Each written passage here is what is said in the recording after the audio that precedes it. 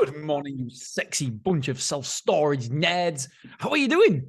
I realize I call you all nerds. Sorry, we're all nerds. We love it. Okay, so today we're going to talk about your wage to ratio, your wage to revenue ratio. I think it's a big subject, and I haven't actually tapped on it before in this podcast. I've done a post on it LinkedIn, I think a day ago, and we did okay on it. It got over 2,000 impressions, which is it's on the low side. So I don't know how many people actually have viewed it and looked at it. So I want to talk about it here because I've got a bigger audience on the podcast.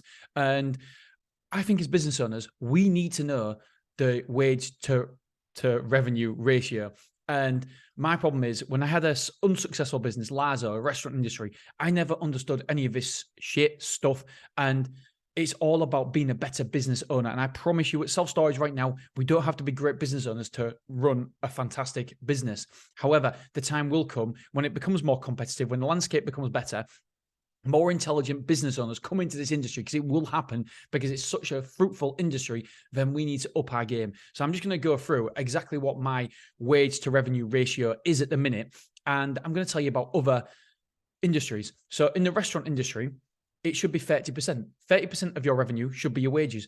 Unfortunately, I didn't understand these terminologies before. And my ratio to wages was somewhere near 50%, if not just a little bit over, a little bit under. It's somewhere around there.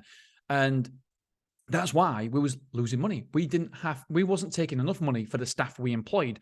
And so something was either wrong. It was either I was paying people too much, which, by the way, my chef was on 45 grand a year when normal chefs in the area at the time was on 25 grand because I'm the best chef. The problem is my restaurant wasn't busy enough to have the best chef because it was quite a small place. So even if it was full, it would never, ever be enough to have his wages on the books. And so that is where that I fell down there. So the problem is I either wasn't taking enough money, or I was paying the staff too much, or I had too many staff on. And so we need to improve one of those three things. We need to either take more money, have less staff on, or decrease the wages. And obviously you can't decrease people's wages because they're going to get upset about it. So I didn't understand that. If we look at retail should be about 15 to 20% your wage to revenue ratio. If you look at construction, I can't remember what construction was now when I was doing my research for the post. But mine in self-storage, here's mine. My revenue was £325,460,000 in the last quarter. That was quarter 4. My total salaries, including NI. Now, I want to put it out there. This only includes a little bit of my wages because obviously my wages comes out of dividends. So forgetting me, or almost forgetting me and the wife, it was 26,281. So that is the total that we actually had. So that is a total of wage that we paid during that quarter. Now I'm just going to do the mathematics here and work out the exact percentage because I have rounded it up or rounded it down for the podcast, for the LinkedIn. So 1 second. As it bloody happens, it's exactly 8%. Exactly. 8.07. So it's 8% of my revenue goes to wages. It's incredible. So in self-storage, and by the way, I don't actually know what the average is for self-storage. I don't know what the industry standard is. I don't know if the industry is mature enough to have had the sort of this sort of information publicized. I don't know, but I can only tell you what mine is based on, at the time, this was 3 sites. We're going to have 4 sites now, and we've still got the same amount of staff. So it will go down, and hopefully we'll have another site as well. And the reason why self-storage is so good, because I don't know another industry that the wages are 8% of the turnover. I don't know it. And by the way, to do that, all you do is just use your wages divided by your revenue, boom, times by 100, and there we go. We've got the answer.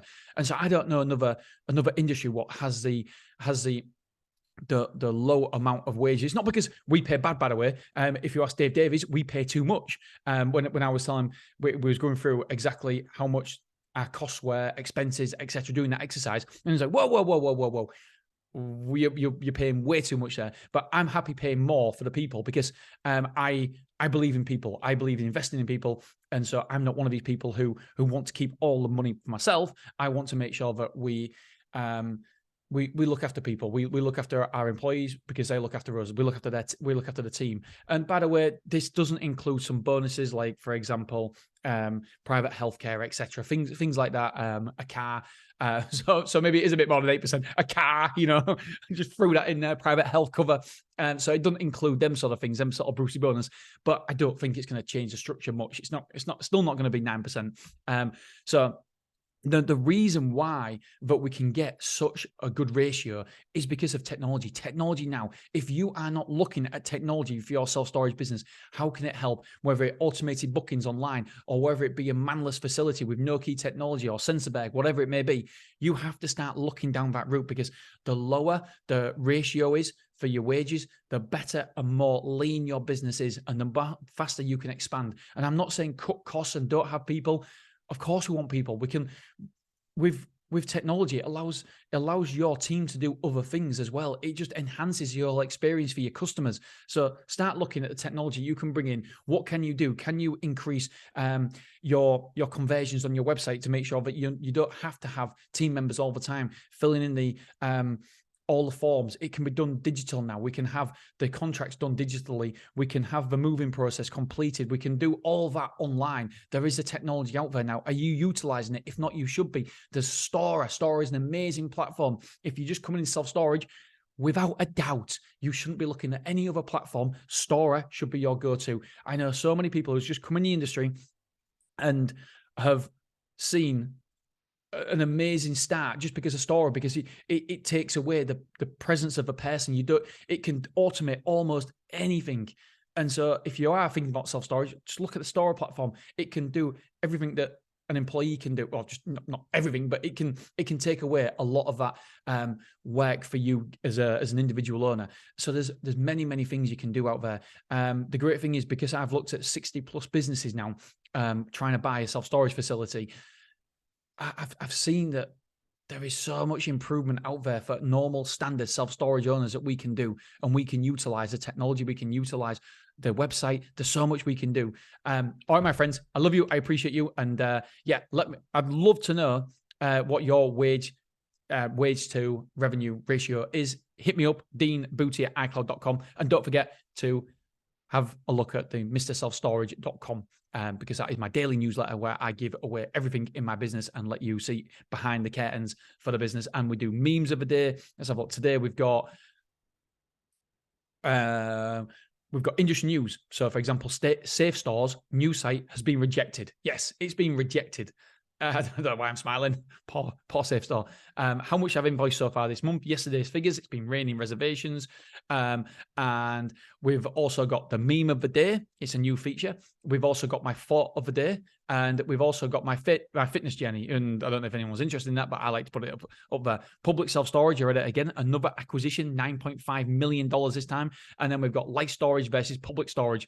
And I put the gift that keeps on giving. Life Storage equity holders should expect a higher offer from public self-storage. That's what they are saying. So there's loads of good stuff in the newsletter. Don't forget to check it out. mrselfstorage.com. Just put your email address in there and boom. And by the way, if you do put your email address in today, you won't be able to see that because it's already been sent out. Anyway, but you'll be there tomorrow morning. All right, my friends, I love you. I appreciate you. And I will get going. See you soon. Bye.